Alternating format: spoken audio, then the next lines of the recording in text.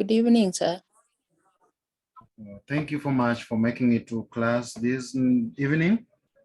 I see we already have a quorum, and so we should begin right away, because if we continue to delay, then we may not get enough of time to cover what we expect to cover tonight. So we have been on the revision spree and continue with that. Today, I wanted us to look at something different.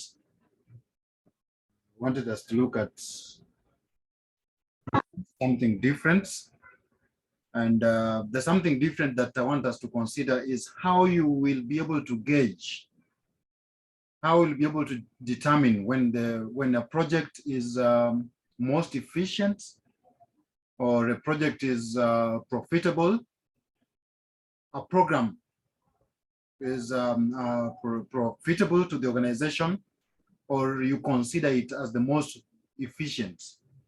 What are some of the metrics that you'll be able to use to consider this? So we'll be visiting, like we did in the other class, we'll be visiting some of the case studies and some questions that have got such kind of scenarios of projects, and how we as human resources may be required to ascertain the profitability of these projects, and what criteria or what human resource metrics we'll be able to apply in order for us to calculate these profitabilities. Because in reality, you'll be faced with quite a number of projects.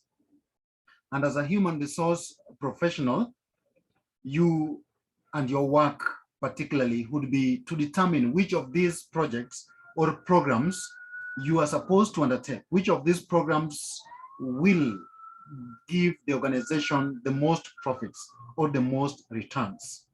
So your ability or your understanding of how to calculate the profitability of a program or the profitability of a project is required here. And then from these metrics that you'll be able to obtain, you simply compare, because one of the purposes of measuring projects or programs or any economic activity or human resource activity of an organization would be for you to obtain the figures. And it is these figures that we can use to compare with those of other organizations or those of other programs. We rank, we'll be able to get the figures, then we'll be able to rank them, and then pick which are priorities, which give the organization the highest returns, so that we can put our money in that. We can commit our resources on that particular resource. And for us to be able to do this, we'll be considering some parameters and some human resource metrics, such as the return on investment. We have got return on investment. We've got the payback periods. We have got the payback period as well. We may also consider net present value of a program or of a project. So all these are some of the metrics that we can calculate. We can calculate to enable us rank these programs and then choose the program that we think is the most profitable. So those are some of the human resource metrics that are important. So at whichever position, whichever role that you play, you must be in a position to calculate or compute the different metrics that we have talked about here.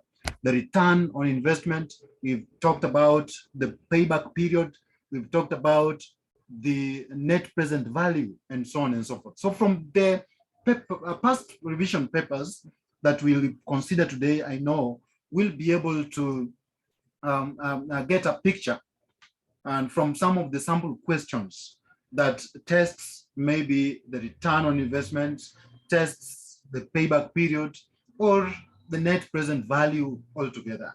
So that is what I want us to look at this evening. But just before we commit ourselves into realities, how they look like in reality, it's important that we know, or we get an understanding of what each one of these mean. For example, if we would begin by looking at payback period, just like the name suggests, payback period. We normally say payback time.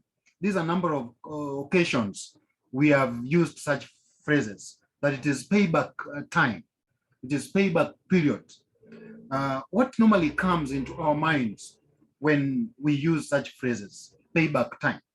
Maybe you and your cronies, you might have engaged yourself in a particular activity where you have jointly contributed, or you are jointly in a relationship, and perhaps you had been on the receiving end. You had been on the receiving end in the sense that you had been largely dependent on your colleague.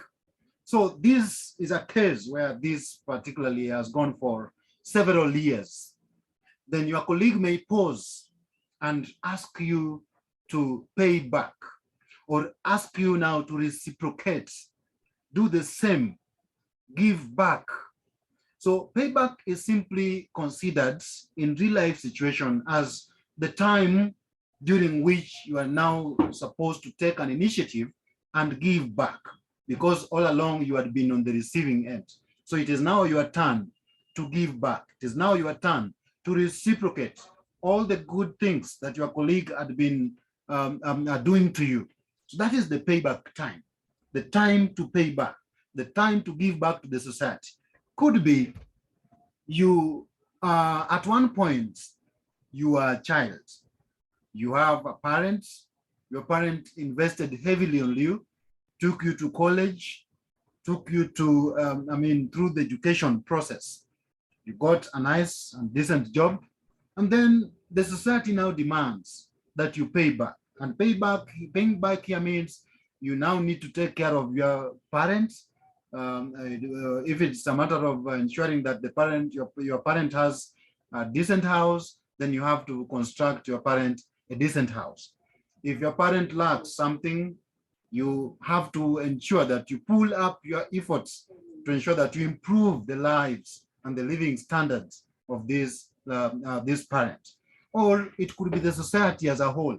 You improve the lives of the society because the society could have played a vital role in making your life better. So that is the payback period.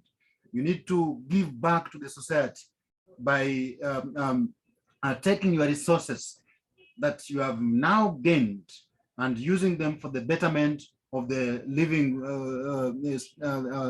conditions of these people. That is what payback period is. Now, if we extend this to the field, if we could extend this to our field, the human resource field, and bearing in mind that as human resources, we have been tasked by one very vital job to ensure that we prove to the organization that we can actually contribute to the overall performance or to the bottom line. And through the different programs or initiatives or activities that we have decided to so choose, we can demonstrate to the organization that we can contribute. But we have to bear in mind that organizations have got limited resources in terms of finances, very limited. Money is never enough. And that is why in most cases, it is recognized as an economic resource. So likewise, in organizations, finances are regarded as vital economic resources which exist in limited supply. And on the other end, we have lined up several programs. We have lined up several activities that as human resources, we want to pursue in order to demonstrate to this organization that we can actually contribute to the bottom line.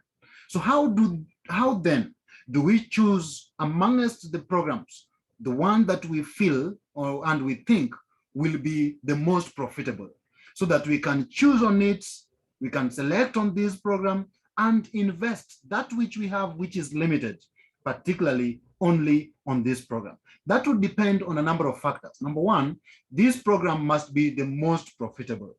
It must be the most profitable to the organization. And this can be looked at in terms of how much it will afford to the organization. There is what brings into play the returns, the return on the investment. By the organization committing its funds on this program, how much do we expect to get in terms of the returns?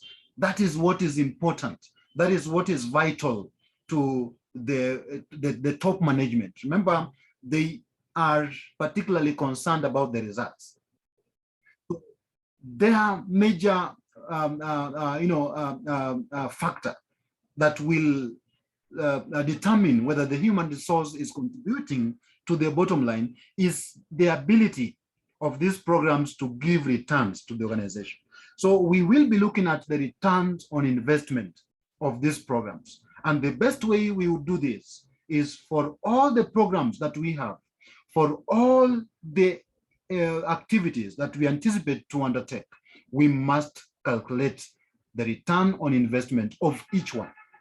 And then these are figures, remember, we will be able to quantify, we'll be able to arrive at quantifiable figures, which can easily be compared to others. And from these, we'll be able to choose, depending on whether we have we've chosen to rank them in terms of the first, the second, or the third, and so on and so forth.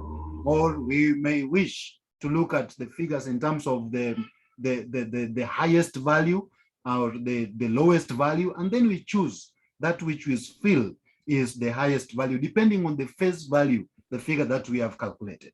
That is the return on investment. At one point again, we might want to look at the net present value, the net present value, NPV. And in several occasions, the examiners have tested this. They have, in most cases, required the students or the candidates to compute the net present value. And for us to be able to approach this, we must understand a concept. And this concept is particularly derived from the world of economics and the world of financial management, that if you have a shilling today, then it is worth than a shilling tomorrow. And this is very true. If you try to travel back to where we have come from, and remember, take for example, when Kenya gained independence, that is way back in 1963, try to figure out the value of a shilling then, and then compare it with the value of a shilling today. And when you look at, when you try to compare the values of shillings, we are looking at it in terms of the quantities of goods and services that we can really purchase with this 1 shilling. Stories are told, and some of them are still very fresh in our minds. Back where I come from, a lot of stories were told on how life used to be before. And sometimes we are told that going to national schools then required a total annual fee of 8 shillings. 8 shillings annual school fee. In a national school, Alliance, for example, you would only require 8 shillings. But how many people would afford 8 shillings? How many people would afford 8 shillings? If you try to figure out the life and how many people manage to step into these national schools, they are very few. And looking at life currently, you realize that most people who made it in life, particularly the politicians, those who have a better understanding of where Kenya came from, how the colonial masters ruled the country, you realize that most of them went to these national schools. But the amount of fee that they paid were relatively low, 8 shillings. And this is something that is really way below the same fees that we pay for our children in national schools as we speak, which is in terms of hundreds of thousands. So this tells you that what we could, the number of units or the quantity of goods that we could buy during those days compared to the quantities of goods that we can buy during or in the present time with the same amount of money really varies. So this justifies the statement that shilling today is worth more a shilling tomorrow. We could use, we could buy, we could go to the shop with the cents. I was told that with 10 cents, somebody could buy very many quantities of a product, of bread, for example. So this tells us that there's been some impact on the shilling. The shilling has really deteriorated in terms of value. So for us to factor in this, these differences between the present value of a shilling and the future value of shilling, we bring in what is called a discounting factor. We bring in what is called a discounting factor. The role of a discounting factor is simply to level the ground. Level the ground in the sense that to make the present value of a shilling to be equal to the future value of the same shilling, then we will use what is called a discounting factor. The good thing about this question is that the discounting factor will always be provided to you in form of a table. And because you are not specializing in this area, you are not financial managers, you will not be required to formulate, or to come up with a process or a procedure that you'll be using to compute the discounting factor. But particularly these discounting factors will be provided. They'll be varying because different year will be having a different discounting factor, because as we move into the future, the value of the shilling will be deteriorating. So that simply means that we'll be having different discounting factors for different years. We'll be having different rates for different times. That is called the net present value. And it will require us simply to calculate the value of the project at its consumption, and then calculate the value of the project for the different years that the project has traveled, and then get the difference or add them. So that will give us what is called the net present value. So we'll be calculating the present value of the cash inflows, the cash that has flowed into the business throughout its entire life. Maybe you have a program. In year one, the program has given you 1,000 shillings. In year two, the program has realized 1,500 shillings. Year three, 5,000 shillings. And year four, maybe 10,000 shillings. So these 4 years will contribute to the life of the project. So the life of this project is 4 years. But for each and every year, there is a cash inflow. There is a cash inflow. Cash inflow is simply the return. So year one gives returns. Year two gives returns. Year three gives returns. And year four gives returns. But our interest is to calculate the present value. So for each and every cash inflow that you have been presented with, you will multiply it with the discounting factor that is corresponding to that particular year.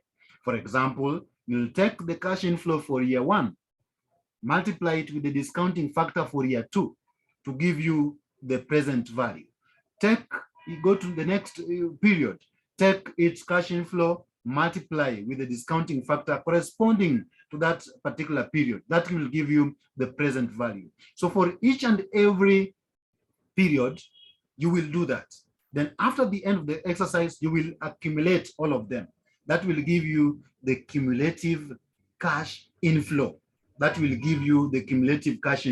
So in some occasions, you may be asked to calculate the cumulative human capital. I know there's a typical example in one of the papers that we look at. So that would simply mean for every year you do your multiplication, the return on investment, or let's just say the returns you have realized times the discounting factor for that period. Go to the next period, do the same. Go to the further next period, do the same. Then after you are done, you accumulate all of them. That will give you the present value for all those cash inflows. Then for you to get the net, it means you must now bring in the concept of cost.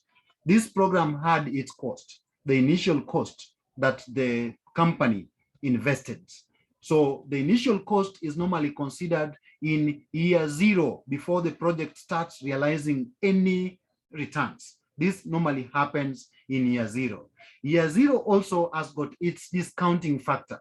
So you will take the discounting factor for year 0, you multiply by the initial cost of this project, which is the initial investment. And that again will give you the cash outflow, the present value of the cash outflow, because cost investment is regarded as money that is flowing out. It is not coming into the business. It is flowing out. Money that we spend on it. Like if you have good trainings, this is money that is going out. But after the training, we expect to get some benefits. So these benefits are cash inflows. So for every program, we have got cash outflow, which is the cost of the project. And we have got cash inflow, which are the returns realized for every period. That will give us the net present value. If you add the two, if you get the difference between the two, that is the present value of the cash inflows minus the present value of the cash outflows, then you get what we call the net present value. So that is another area where the examiner can test. Another way you'll be able to determine whether your program is profitable, is efficient, is lucrative, is productive, is by looking at the payback period, the one that I just mentioned initially, payback period. You will ask yourself questions like, how long will it take my project or my program to pay back the investments that was made on it? You have been allocated 10 million to invest in a program. How long will this program take to pay back the company 10 million? Because every program that you undertake must pay back. A program that does not pay back should not be undertaken. So for all the programs that you have been able to parade within before you, for each one of them, you need to find out, you need to calculate how long each one will take to pay back. The shorter it pays back, the better. So a program that has the shortest payback period will always be considered over the others. If it takes a longer period to pay back, it's not a good thing. That is not good. It should take the shortest time possible to pay back the initial amount. So sometimes we may not be interested to calculate the return on investment. Again, we may not be interested to calculate the net present value, but we may be interested to find out how long will it take to pay back the amount that we have invested. And when we go that way, we'll be calculating the payback period.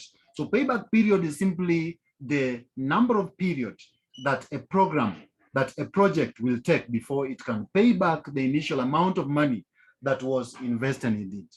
So those are the key human resource metrics that we'll be calculating for this today. That is the return on investment, the payback period, and then the net present value. So I want us to consider two of the revision papers.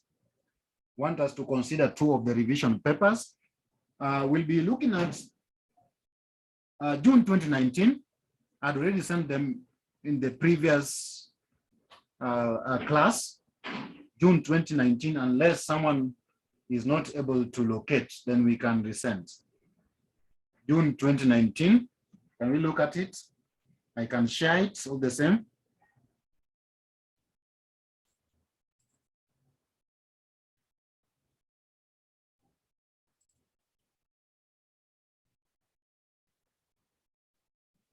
Let me try to share it.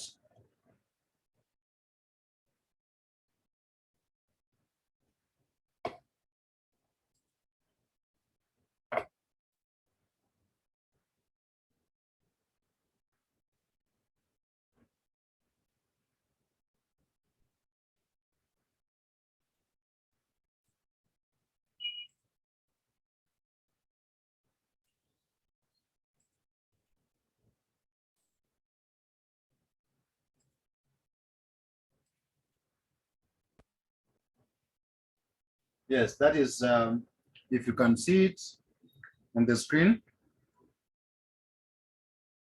we have got June 2019. That is about the Runaway Hauliers Limited, the RHL. And I'll give you just 5 minutes. You go through the essay. I think the question is covered on the, yes, the question is captured on the essay part of the case study. So let's take 5 minutes today we want, because we already know what we should do when you are given a case study, how we need to handle it. So I'll give each one 5 minutes to go through the case study to get an understanding of what the case study is. So 5 minutes. In case you have got a challenge getting it, I'll be able to forward it. Let me just forward it.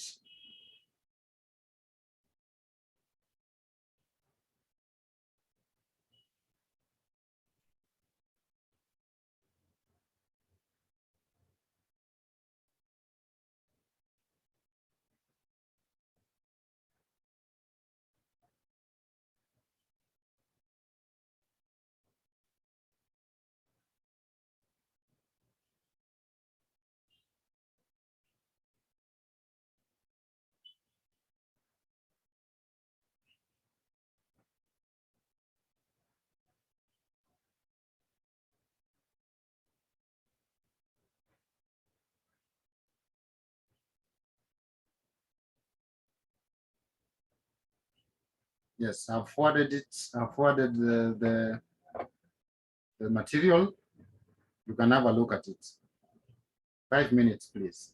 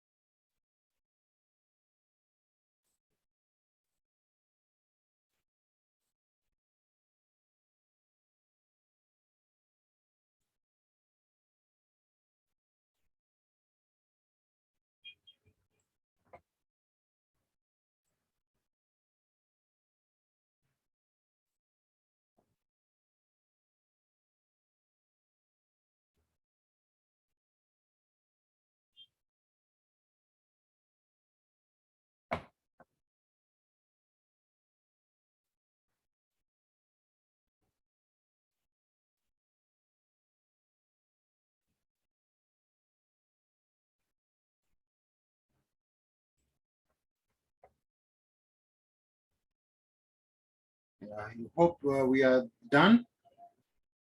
Hope you are through, so we should proceed. Meanwhile, Winnie, I'm emailing you the paper.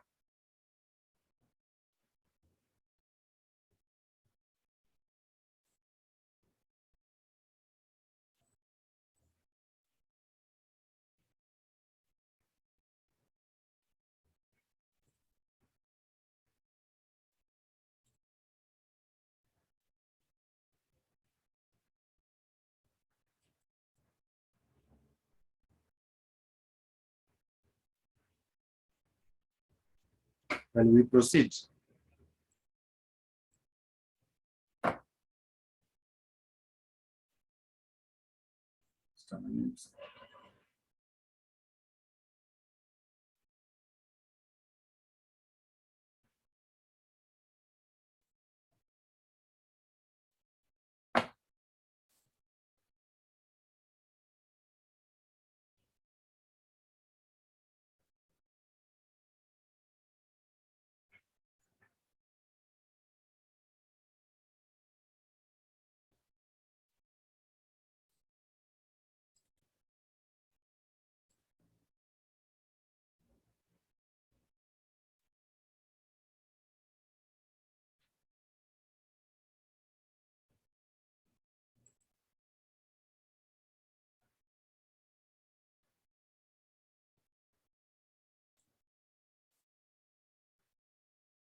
Yeah, so I believe we have all looked through the past paper, and we can access the past paper. It's there's a table that has been provided under cash flow, and this table gives us different programs.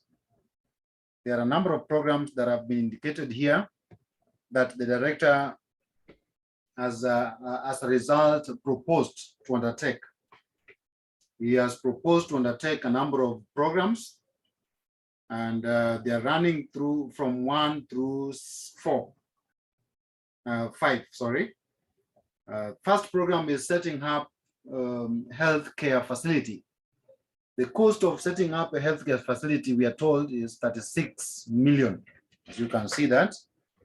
And then in year 1, we expect the health facility to generate 18 million to the organization.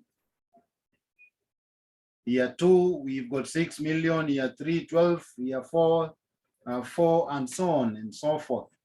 Purchasing employee productive gear is another program. The initial cost outlay for this is 36,000.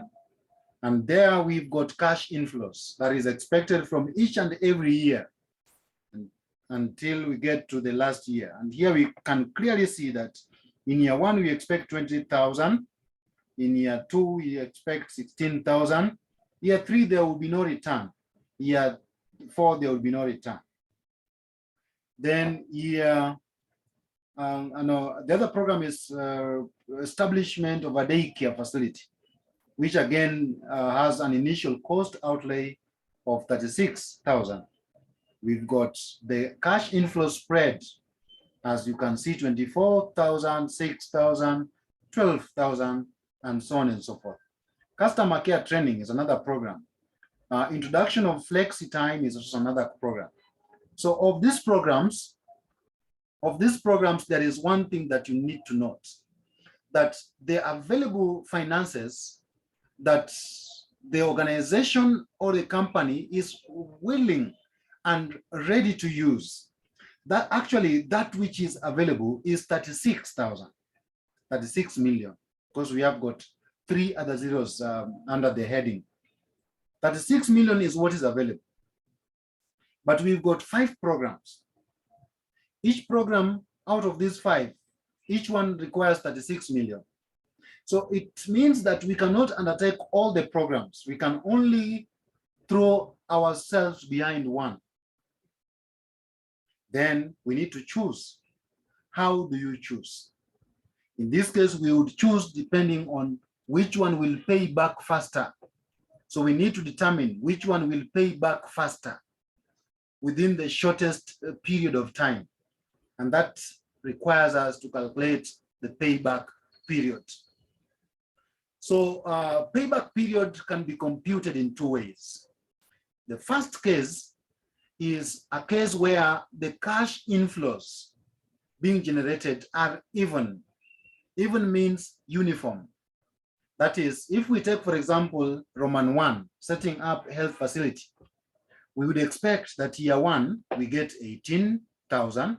Year 2, we get 18,000. Year 3, we get 18,000. Year 4, we get 18,000. That is called an even cash inflow because they are uniform across the years.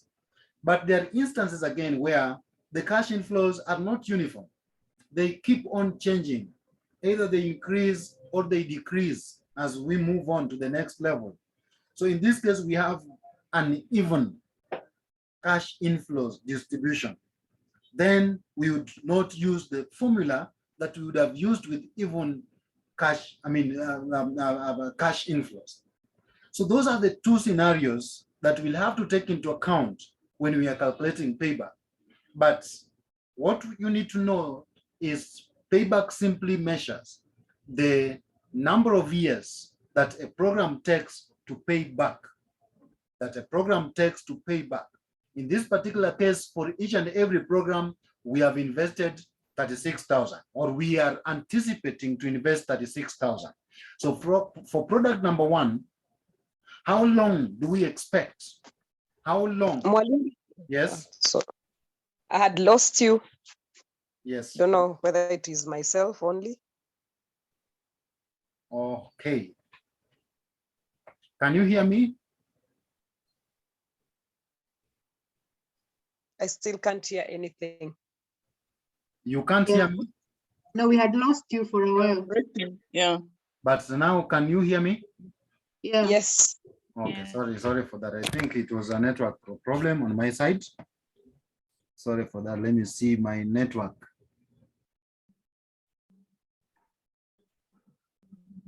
Okay, sorry.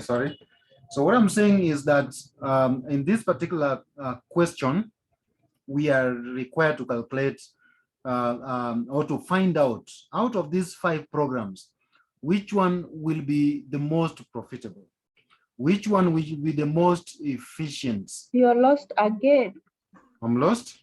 Yes, I can also not hear him. I've got a network issue. Just a minute, let me use my hotspot instead.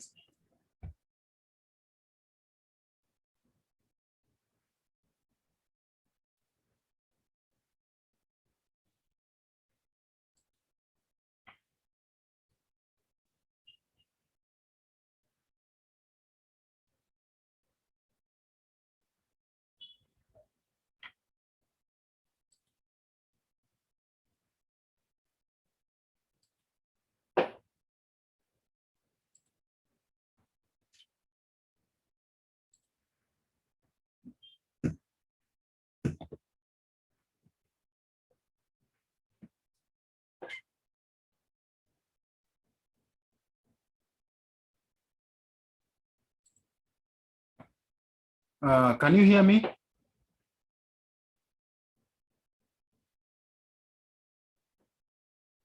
Can you hear me?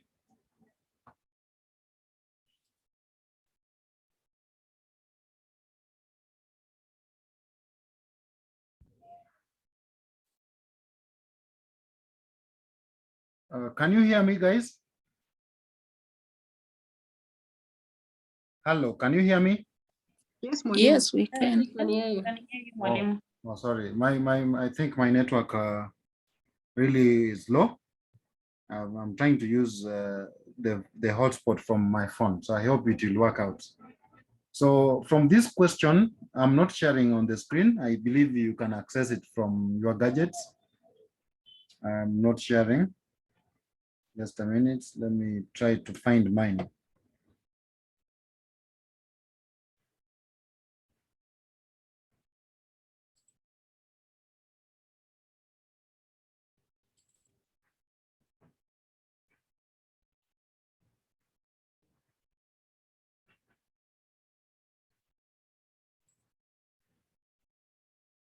Okay. Well, we proceed. So we have been provided, like we've been told, that the HR director, actually let's start from the paragraph. The Board of Management recognizes the special role that the Human Resource Department plays towards the bottom line results. It has therefore requested the HR director to propose various programs for the implementation and prepare a definite budget to be adopted in subsequent years. The HR director has consequently proposed the following programs. So it is not obvious that all of them will be implemented. Actually, if we had enough resources, then all of these programs would have been implemented. But because we have got limited resources, out of these 5, we will only undertake 1. And this will depend on the period that each program will take to pay back. And using payback period, we recommend a program that takes the shortest time to pay back. That is where, or the kind of program that, or rather where the company or the organization needs to put its investments. So you have got 1, 2, up to 5, setting up a health facility. And I was talking about 2 categories of cash inflows. The first cash inflow we have will be a case where we have uniform cash inflows. That is, what we get in year 1 is what we get year 2, and it's what we get throughout all those years. That is even cash inflow. But there's also another case where we have got uneven cash inflow. Uneven cash inflow is a case where the cash inflows vary. The cash inflows vary. Like we have got 18,000 in year 1. Like you can see year 2, we have got 6,000. Then it again increases to 12 and then falls to 4. That is uneven cash inflow. So if you can really look at what we have here, you will realize that the kind of cash inflow that we have or we are experiencing here is simply uneven. All of them are uneven. So to calculate them, we'll be going the cumulative way. I'll show you what that means and how we can do that. But if it were cash inflows which are characterized by uniformity, then how would you be able to calculate the payback period? That would be very simple. To get the payback period, you'll simply get the total cost. The total cost, then you divide by the number of years. Or rather, you divide by the cash inflow. The cash inflow, the uniform cash inflow, just take one of them. If it were 18 throughout, if year 1, for example, in setting up healthcare facility, we expected 18 in year 1, we expected 18 in year 2, we expected 18 in year 3, we expected 18 in year 4. Then for us to get the the payback period, which is the number of years the project will take to pay back itself, we'll simply take the initial amount we have invested, then divide by 18,000. And you will realize that will be 2 years. That is a case of uniformity. But in cases of non-uniformity, then we will have to change. So let's get to the business, calculating the payback period. And as always, we have our board so that we be able to get a clear picture of what we're talking about. So I want us to first of all consider a case of uniform cash inflows.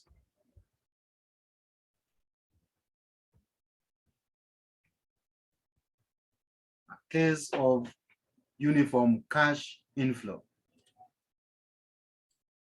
How do we calculate payback period?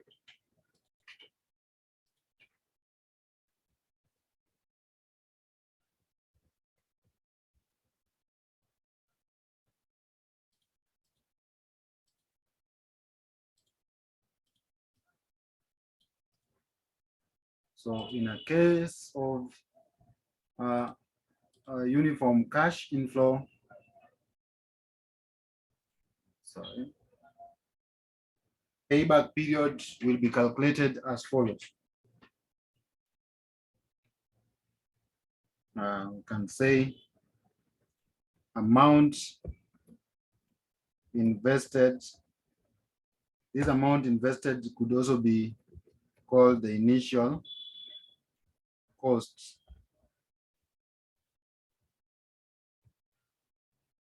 Could also be called the initial cost outlay. And this initial cost outlay, we divide it by cash inflow, uniform. We divide it by cash inflow. Just take the cash inflow value of one of the years. Just take cash inflow of one of the years, then that will give you the payback period. That will give you the payback period in uniform cash inflow, or even, can also call it even. In a case of uneven, then we have a different case. We have a different thing.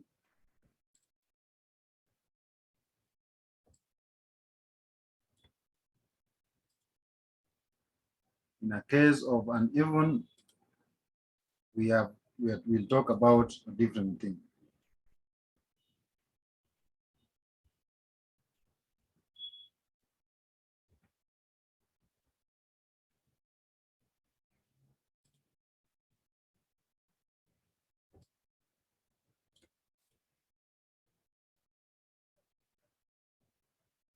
In case of uneven, we will be talking about different thing, and we will be having an arrangement. The first we'll write here. In the first part, we will write the year. In the second part, we'll have the cash inflow. Cash inflow.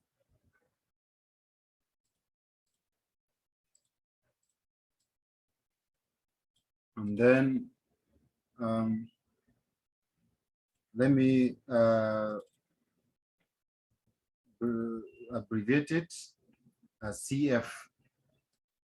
Let me abbreviate it as CF.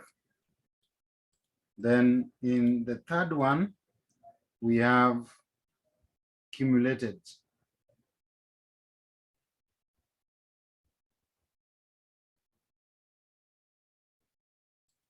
The third one, we have cumulated.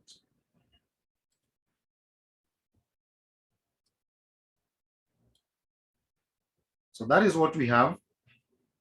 So for each and every project, you'll be doing that. So for each and every project, you'll be doing that. For example, if we take our first project as setting up a health sector, and you had been given uniform cash inflow, then setting up a health center, payback period will be the amount invested over that uniform cash inflow. If they are the same across the years, then you move to the next program, you compute payback period, you move to the other program, you compute the payback period until you exhaust all the programs. Then you compare the years. The shortest payback period would represent the program that will be implemented. So that is in a case of uniform cash inflow. But in case of uneven cash inflow, then you can even use inspection. You can even use inspection methods. But inspection method would only be necessary when you have a deep understanding. Inspection simply means looking at it. By looking at it, but then what will you write? That will earn you marks. So that is why inspection is not ideal. Inspection is only ideal in real life situation where you are not required to give report. But in this case, in the exam scenario, you are supposed to give a report, which the examiner will be marking. That is why you must have your years, you must have your CF, the cash flow in the middle, and then the accumulated cash flow in the last row. We can abbreviate it further so that we save on our space. Let me call it CAM CF. So I just want to give use example 1. So the number of years there, as you can see, we've got year 1, 2, 3, 4. 1, 2, 3, 4. So you come back to your year, come back to your year.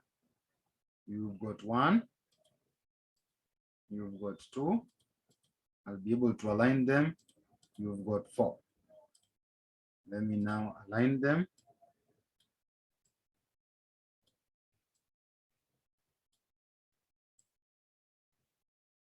Yeah. So having done that, then you write or you fix the cash flows. The first one was 18,000. Remember, they are in thousands. That means it will be million. Then we have 6 million, 12 million, 4 million. 6. We have 6 million. We have got 4 million. And let me see.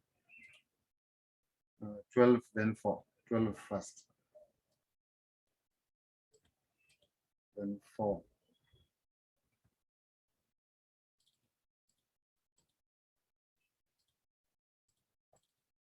So this one is 12. Then we again align them, make them correspond with the years.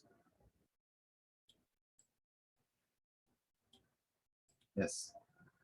So that is what we have.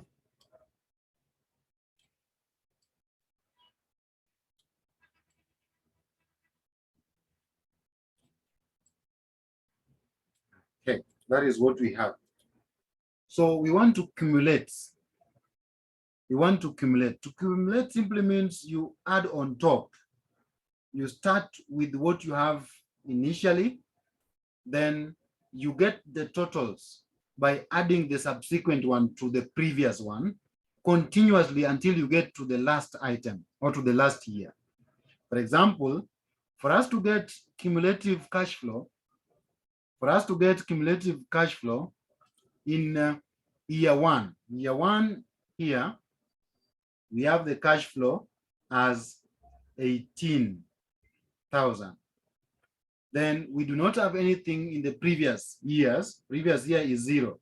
So cumulative cash flow here will be just 18,000 because it is 18,000 adding to 0, which is not being provided.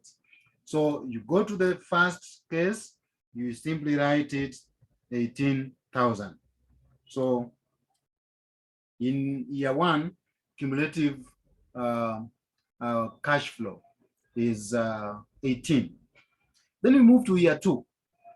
In year 2, our cash flow is 6. Our cash flow is 6. But how then do we get the cumulative cash flow for year 2? This space here. For us to get the cumulative cash flow for year 2, we will be adding 18,000 plus 6,000. We'll be adding 18,000 plus 6,000 for us to get what should be here. Then this process will be continuing. For us to get the other one, again, we'll be adding Sorry.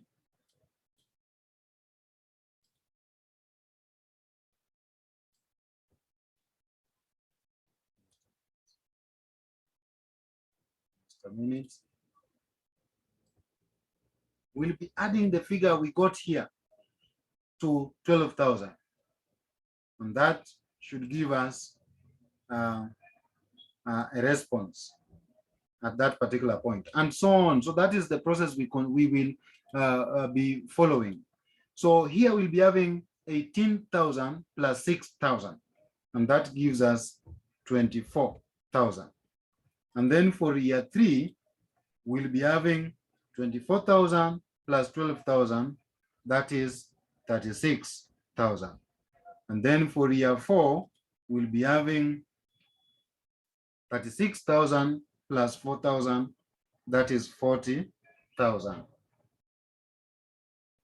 Let me align them.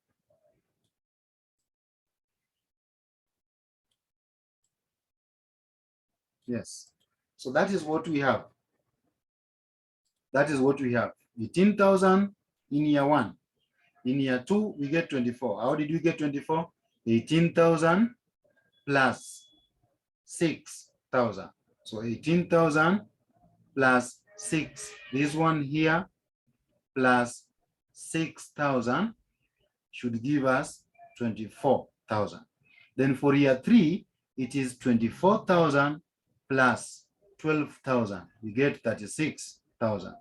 For year 4, we get 36,000 plus 4,000, and that is 40,000. So we want to find out how long will it take to pay back. In year 1, the project pays back 18,000. As you can see, year 1, the project is able to pay cumulatively 18,000. And remember the cash, the cash outflow, the initial cost is 36,000. So that means it has not completely paid back the 36,000. It has only managed to pay back 18,000. So we still need to move on to the next year.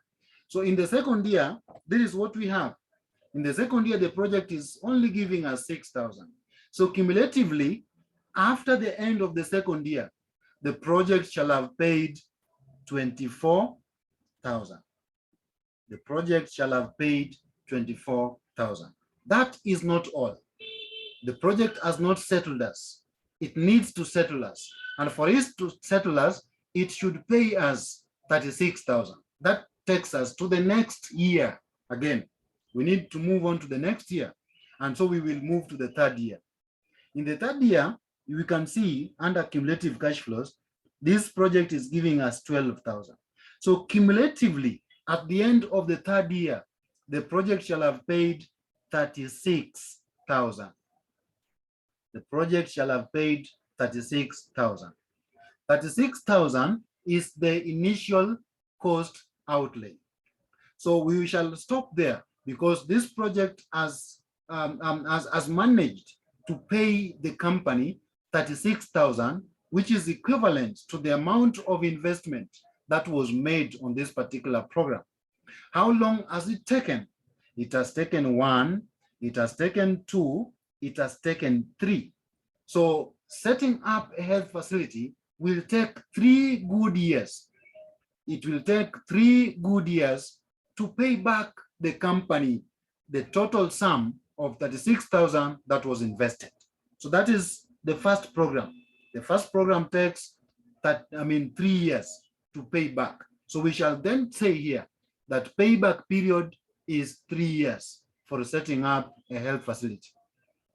Then we move on to the next one. I want to move on to the next one because we could find a different case where the project will, or a program will not pay in full years. In this case, you can see it pays in full year, 3 years exactly. But there are cases where it will not be 3 years.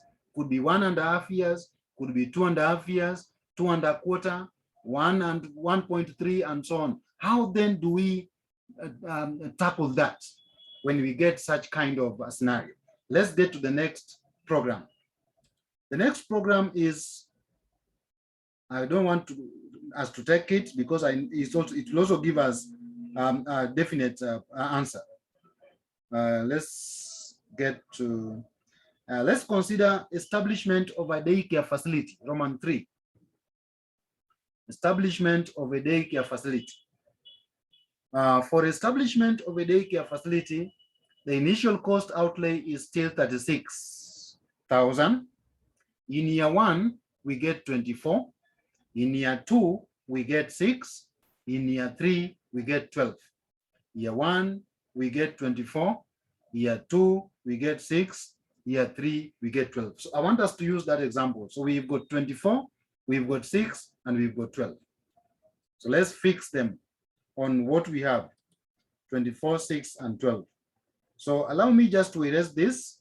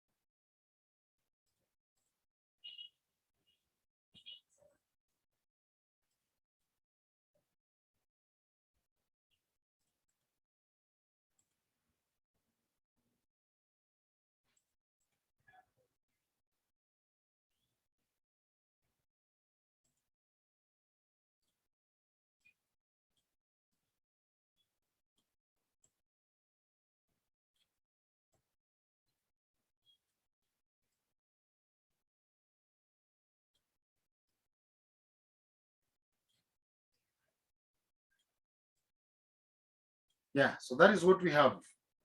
And following into the same procedure, in year 1, cumulatively the project shall have realized or raised 24. The project shall have raised 24,000. In year 2, how do we get it? In year 2, like we said, it is 24,000 plus 6,000. 24,000 plus 6,000. And that gives us the cumulative after 2 years. After 2 years, the project shall cumulatively realize 30,000. Then in year 3, do the same thing. We get 30,000. We get 30,000. We add to 12,000. That gives us 42,000. That gives us 42,000. And we get cumulative cash inflow at the end of the year 3. Then year 4, there is no return. There is no cash inflow in year 3. So it will be the same. It's just 42,000 plus nil, which is 42,000, which is same as 42,000. So this is the scenario we have. How do we calculate the payback? We follow into the same steps. In year 1, we have a cumulative of 24. Project has only managed to pay 24,000. That is in year 1. So we need to move on to the next year for us to be able to get our full initial investment. Year 2, it's giving 6,000. Cumulatively, it will be 30. And the statement here will be, at the end of the second year, the cumulative cash inflow that the project has managed to give us is 30,000. And what is our initial? Our initial is 6,000. 6,000. So it means that the program is still owing us 6,000. So for us to get this 6,000, we need to move on to the next. We need to move on to the next year. The next year is year 3. The next year is year 3. In year 3, the program is generating 12,000. So you will realize that in year 3, not everything that the project is realizing will be part of our initial cost outlay. We only need a fraction of that 12,000. We only need a fraction of this 12,000 because what we are left with is 6,000. So we just need, our 6,000 is just part of the 12,000 that the project is realizing. So the payback period will therefore be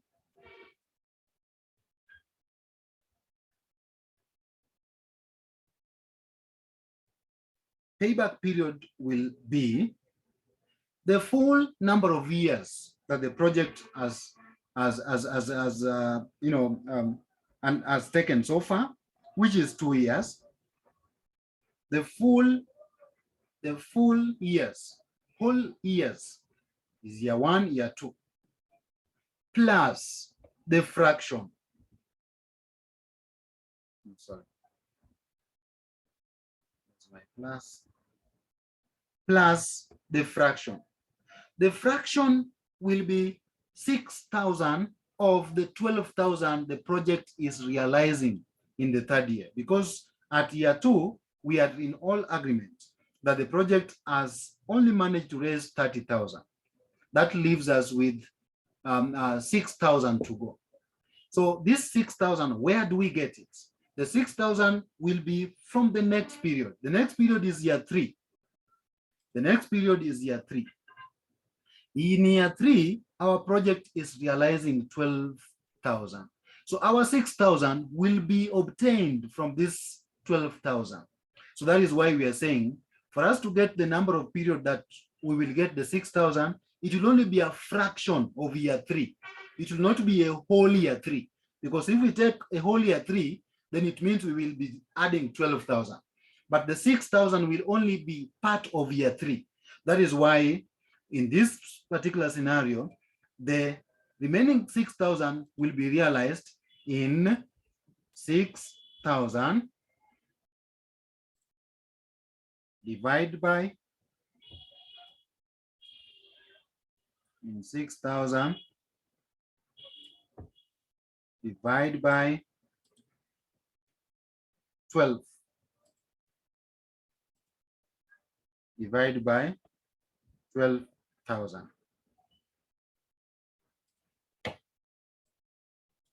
Let me just rub these other ones.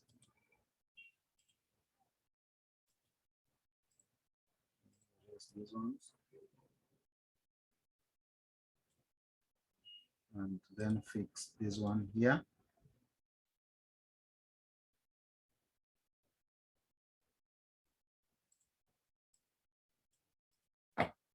So 6,000 divided by 12,000, that is a half. So meaning the payback period will be 2 plus 6,000 divided by 12,000 is a half.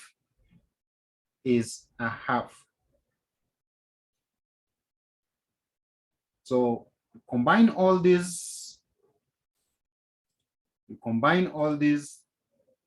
you get 2.5 years. 2.5 years as the payback period. So 2.5 years as the payback period. It is 2.5. So my case, I'm not able to have a superscript. So that is why I've decided to create a space in between 2.5 to avoid confusion. But equally, I would have said 2.5 years. That again will not be a crime. So this is 2.5 years or 2.5. And let me just add and here so that it gets the difference. It makes the difference.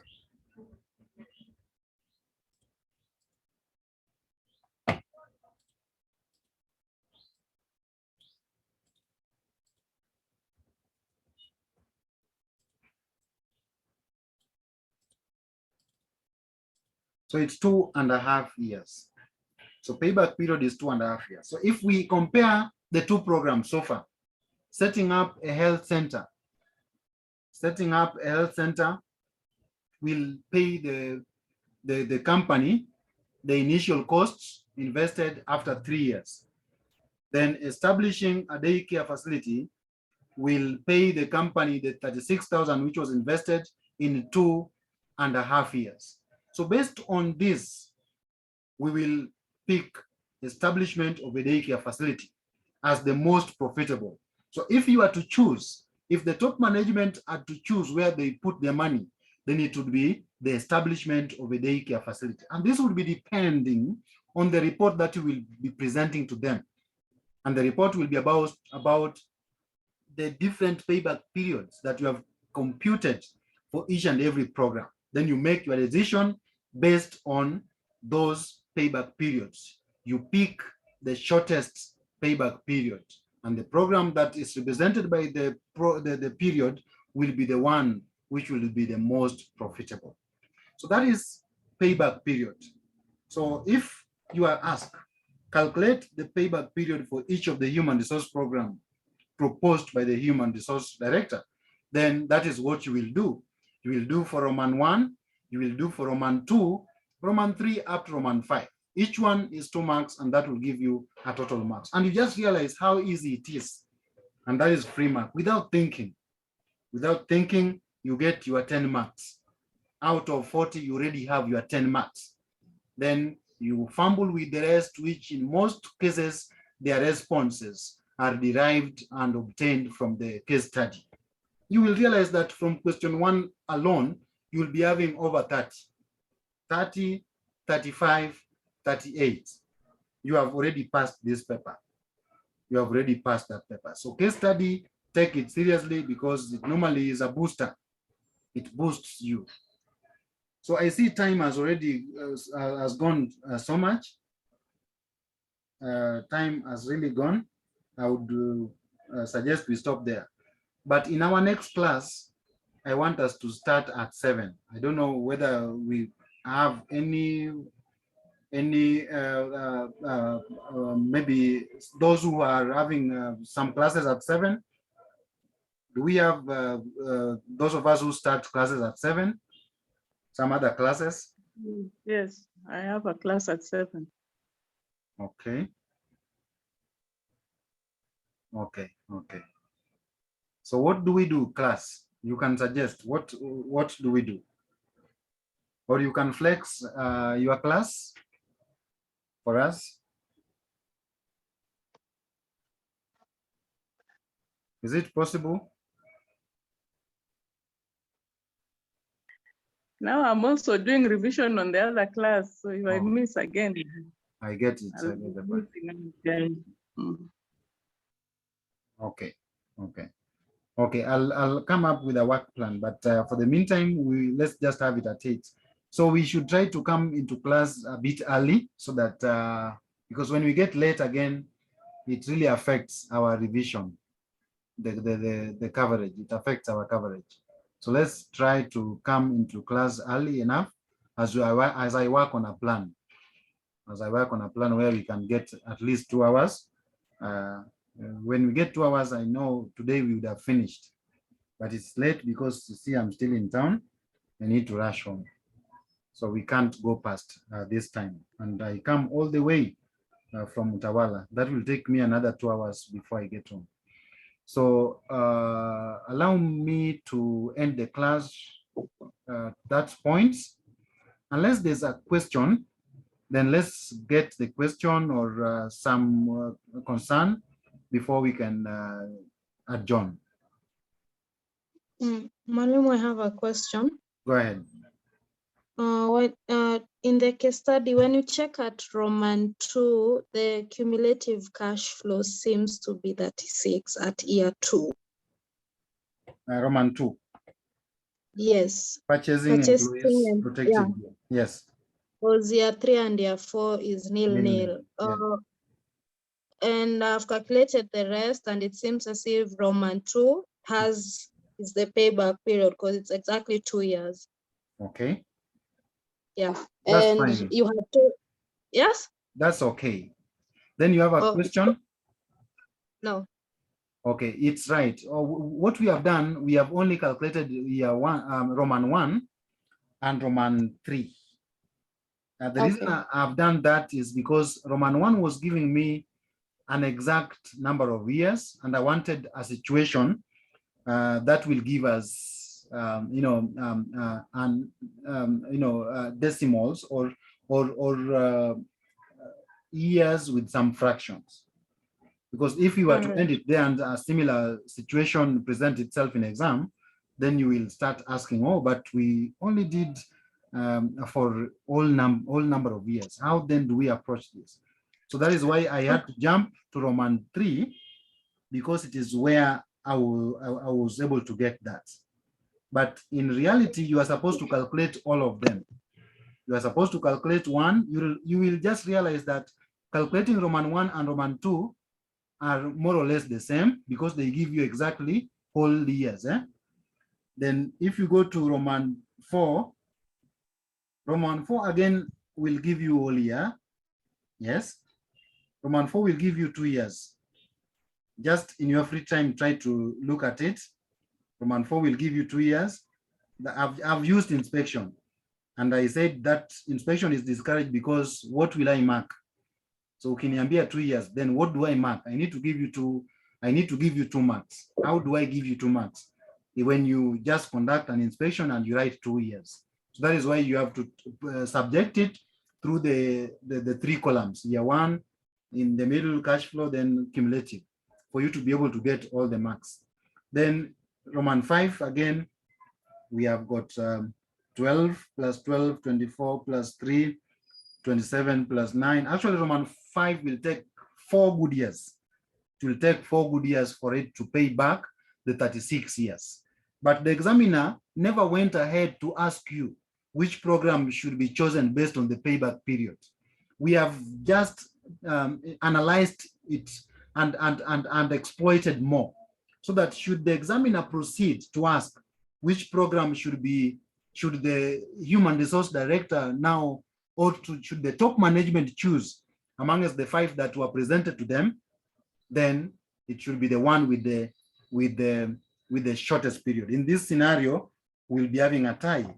Roman 2 will be tying with Roman what? Purchasing employee protective gear will be Roman 4. Yes, 2 years, and Roman 4 will also be exactly 2 years. So in this case, you will be spoiled with the choice, unless there is another criteria that could be used to set them apart. But when there is none, then you will choose any. You will choose any, because whichever one you choose, you will take exactly 2 years. So in our next class, I want us to look at the net present value, which is a bit more detailed, and the return on investment. Then afterwards, we'll be looking at absenteeism rate and turnover. I think with the char metrics, we don't have much. There are those which are common. And then interpretation of regression equations. This one, I know we have interacted with it during our research work in chapter 4. Kwa wale ambao wanafanya research, there is the multiple regression model that you have to interpret. So in some situations also, you could be required to interpret some regression model. So 1 or 2 classes, if we can get 2 hours each, will be done with those areas. And then we can now cover, take 1 class, handle theory, and we'll be done with the revision. Then the rest, now we'll find a way of handling. Any other concern or question?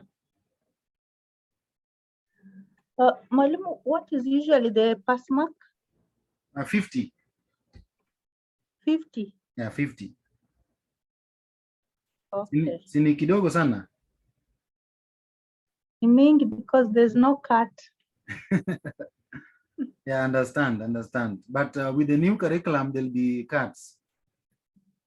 Okay. But again, it will be having a lot of challenges. But getting 50 is not really a difficult thing. And failing again is difficult. Because mtu ukipata 48, wataenda remarking. Na watafute 2 marks wakuongeze upate 50. The only problem inakuwa kama mtu amepata kidogo kama 46, 47. But ukipata 49 or 48, huwezi anguka. They will always revise. So kuanguka mtihani ni ngumu. Because mtu yoyote mwenye amepata below 50, there has to be a remarking.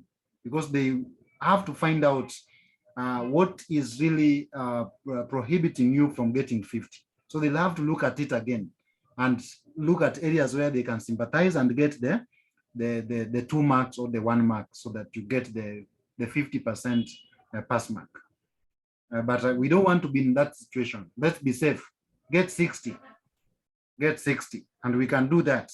If you can manage 30 in question 1, and then the rest, the 3 other questions, normally they are very easy. You can get even at above 30 from that. So 60 is manageable. So let's work towards that. We don't want to be caught on a tightrope. We just want to be safe. So let's take our case study seriously and follow the principles that I outlined in the previous case, and everything will just be okay. Any other question?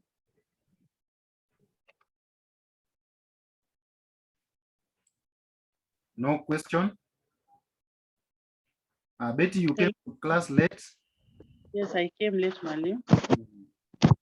So bear with me so that I take you through this. Maybe when I get some time. We can talk tomorrow morning. We see what we can do. So, okay. With regards to what was covered when you are before you came in. Thank you. So thank you for coming. Let's sleep. Tuonane tena wakati mwingine. Asanteni sana. Thank you, Mwalimu. Thank you. Thank you. Good night. Thank you.